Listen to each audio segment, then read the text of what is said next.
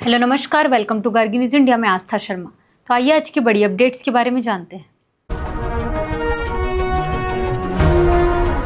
Indian national cricket team ने final मुकाबले में शानदार प्रदर्शन करते हुए आईसीसी मेंस टी20 वर्ल्ड कप का खिताब अपने नाम कर लिया। भारतीय खिलाड़ियों के बेहतरीन बल्लेबाजी और गेंदबाजी प्रदर्शन की बदौलत टीम ने इतिहास रचते हुए टी20 वर्ल्ड कप जीतकर देश को गौरवान्वित किया। पश्चिम एशिया संघर्ष पर विदेश मंत्री एस जयशंकर ने संसद में कहा कि भारत शांति, संवाद और कूटनीति के रास्ते का समर्थन करता है।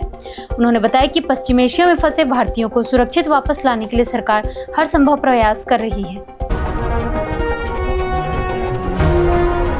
वन नेशन वन इलेक्शन प्रस्ताव पर आलोचना बढ़ी है। आलोचकों का कहना है कि यह व्यवस्था देश के संघीय ढांचे, लोकतांत्रिक सिद्धांतों और मतदाताओं के जनादेश को कमजोर कर सकती है। पश्चिम एशिया युद्ध पर संसद में बोले विदेश मंत्री एस जयशंकर। उन्होंने कहा कि क्षेत्र में फंसे भारतीयों की सुरक्षित वापसी और ऊर्जा सुरक्षा पर सरकार नजर रखे हुए है। वहीं राज्यसभा में नेता सदन जेपी नड्डा ने विपक्ष पर सत्र के दौरान अराजकता फैलाने का आरोप लगाया। ईरान के हमले के बाद बहरीन की सरकारी तेल कंपनी ने अपनी तेल आपूर्ति पर फोर्स मेजोर घोषित कर दिया है।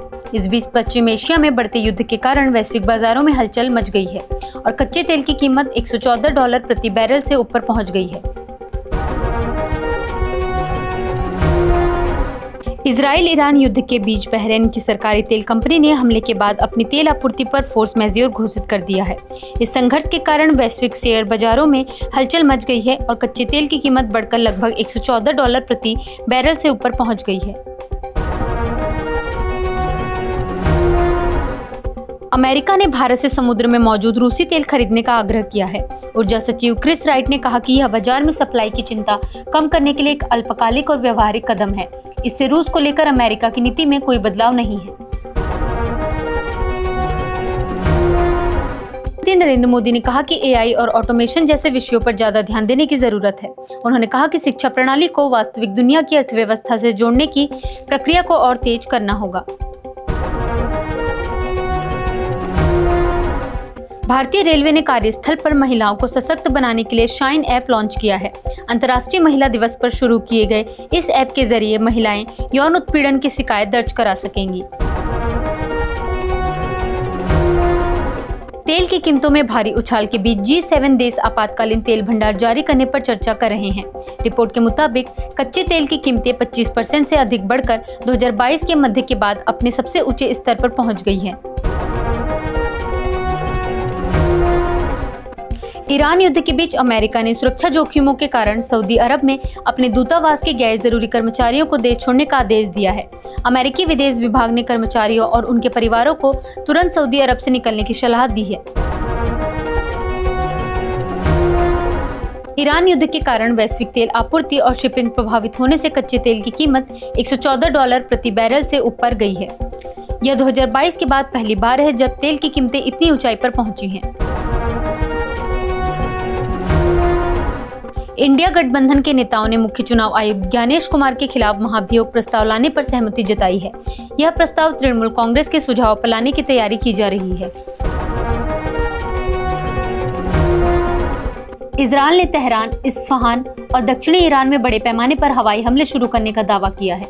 वहीं ईरान ने फ्रांस समेत यूरोपीय देशों पर आरोप लगाया कि उन्होंने ऐसी परिस्थितियां बनाई जिससे अमेरिका और इजरायल के हमलों के बाद क्षेत्र में युद्ध भड़क गया। अहमदाबाद एयर इंडिया विमान हादसे की जांच रिपोर्ट बहुत जल्द जारी की जाएगी। यह जानकारी नागरिक उड्डयन मंत्री ने दी है। मंत्री ने कहा कि सरकार पश्चिम एशिया संघर्ष के कारण फंसे भारतीयों को वापस लाने और उड़ान संचालन सामान्य रखने के लिए हर संभव प्रयास कर रही है। संसद के बजट सत्र में पश्चिम एशिया युद्ध पर विदेश मंत्री एस जयशंकर के बयान के दौरान विपक्ष के वॉकआउट को लेकर बीजेपी ने तीखा हमला बोला। बीजेपी के एक वरिष्ठ नेता ने कहा कि विपक्ष को देश के विकास में कोई रुचि नहीं है। वह बहस के दौरान मंत्रियों के जवाब से पहले ही वॉकआउट कर रहा है।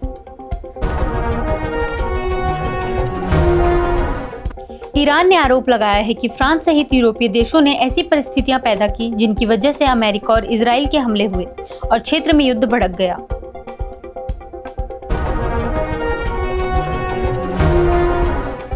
ईरान ने चेतावनी दी है कि विदेश में रहकर हमलों का समर्थन करने वाली ईरानी नागरिकों की देश में मौजूद संपत्ति जब्त की जा सकती है। रिपोर्ट के मुताबिक यूरोप और अमेरिका के कुछ शहरों में कुछ ईरानी मूल के लोगों ने अयातुल्ला अली खामेनेई की मौत की खबर पर जश्न मनाते हुए राजनीतिक बदलाव की मांग की।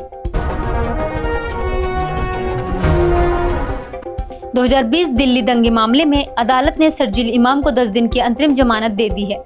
अतिरिक्त सत्र न्यायाधीश समीर बाजपेयी ने यह राहत उनके भाई की शादी में शामिल होने के लिए दी, जो इस महीने होने वाली है। भारतीय क्रिकेटर संजू सैमसन ने कहा कि T20 वर्ल्ड कप में उनकी सफलता के पीछे सचिन तेंदुलकर की अहम सलाह और मार्गदर्शन रहा। सैमसन ने कहा कि टूर्नामेंट से पहले वह संघर्ष कर रहे थे, लेकिन सचिन से हुई लंबी बातचीत ने उनका आत्मविश्वास बढ़ाया और यह सफलता उनके लिए किसी सपने से कम नहीं है। भारतीय टीम के मुख्य कोच गौतम गंभीर ने कहा कि भारतीय क्रिकेट बहुत सुरक्षित हाथों में है और टीम का भविष्य बेहद उज्जवल है। वहीं कप्तान सूर्य कुमार यादव ने भी प्रेस कॉन्फ्रेंस में कोच गौतम गंभीर की तारीफ करते हुए उनके मार्गदर्शन को टीम की सफलता के लिए अहम बताया। कम्युनिस्ट पार्टी ऑफ इंडिया ने पश्चिम बंगाल में विधानसभा चुनाव एक ही चरण में कराने की मांग की है। पार्टी ने यह भी कहा कि विशेष गहन पुनरीक्षण के बाद प्रकाशित होने वाली मतदाता सूची में सभी असली मतदाताओं को शामिल किया जाए। कॉनरैड संगमा ने दिल्ली में पूर्वोत्तर के लोगों पर हुए हमले की कड़ी निंदा करते हुए कहा कि नॉर्थ ईस्ट के लोगों के खिलाफ नस्लीय बदसलूकी बिल्कुल स्वीकार्य नहीं है। उन्होंने कहा कि साकेत कोट के पास मणिपुर और असम के 2 लोगों पर हुआ शारीरिक हमला बेहद शर्मनाक और चिंताजनक है। दिल्ली हाई कोर्ट ने कथित शराब नीति मामले में सीबीआई की याचिका पर अरविंद केजरीवाल और मनीष सिसोदिया से जवाब मांगा है।